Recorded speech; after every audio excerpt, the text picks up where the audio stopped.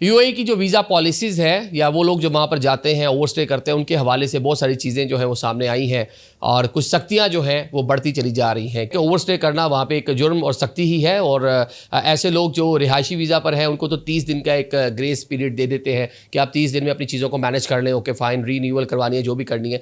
लेकिन जो विजिट वाले हैं वो तो वेरी नेक्स्ट डे, आज वीज़ा ख़त्म हुआ कल से सारी चीज़ शुरू हो जाएगी। और ऐसा नहीं है, अब इस पर एक जो क्वेश्चन लोगों के माइंड में आएगा कि लेट्स सपोज कि मैं विजिट पे हूँ और मैं पर डे 50 dirham देता रहूँ तो कोई इशू नहीं। अगर मैं 300 की दिहाड़ी में लगा रहा हूँ 50 देता भी हूँ सरकार को तो कोई इशू नहीं है। ऐसा नहीं है। ये जनाब इस तरह है कि आप वहाँ पे इलीगल हो गए हैं, आपने ओवरस्टे कर लिया है, आप कानूनी तौर पे वहाँ पर डिफरेंट नोयत की जो पेनल्टीज़ हैं, जो सज़ाएँ हैं, आप उसके हकदार हैं।